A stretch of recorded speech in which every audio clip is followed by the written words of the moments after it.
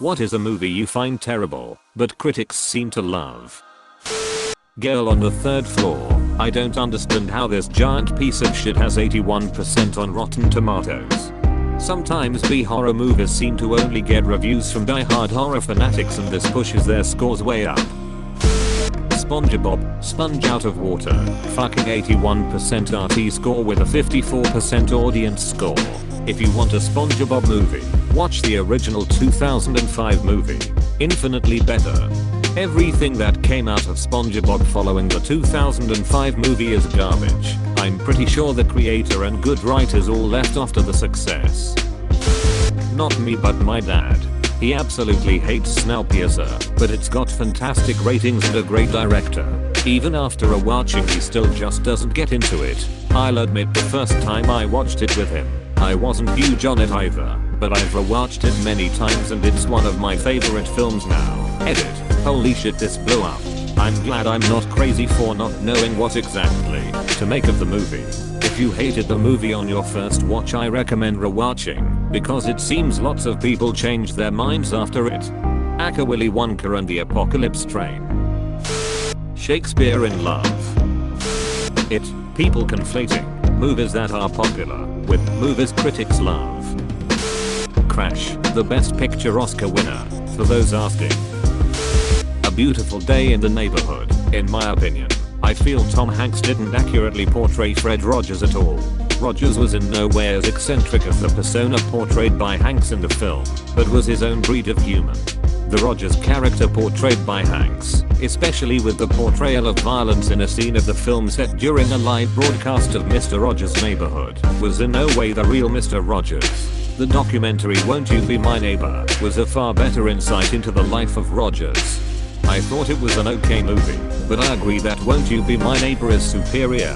Part of the problem I had was that Tom Hanks is too recognizable, so it just feels like Tom Hanks dressing up in Fred Rogers clothes. I also felt like the focus on the guy was kind of ham-handed.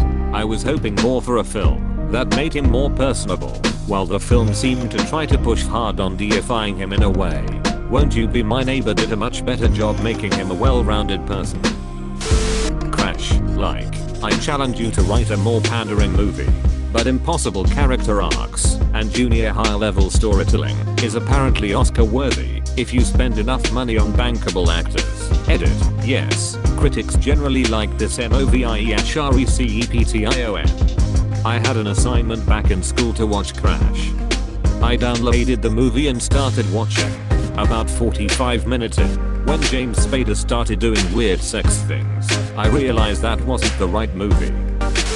Argo. Not because it was necessarily a badly made movie, but because it willfully rewrote real-world history to make America look like the sole heroes.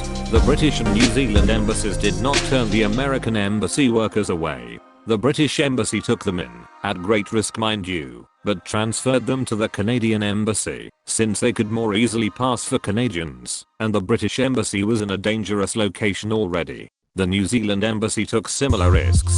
The actual Americans who were rescued made extensive comments at the time stating displeasure over how the actual situation was depicted, since it was, well, bullshit. And don't get me started on U-571. At least that movie was the box office bomb it deserved to be, since it straight up replaced the British Navy who recovered the Enigma machine with the US Navy. They got so much heat over it that they just lazily shoved a disclaimer at the end saying pretty much, actually it was the British Navy who captured the machine, but oh well, to save face. The bloody US wasn't even in the war when the events depicted happened. They freely admit that they could only get film financed if it was the US Navy and not the British Navy.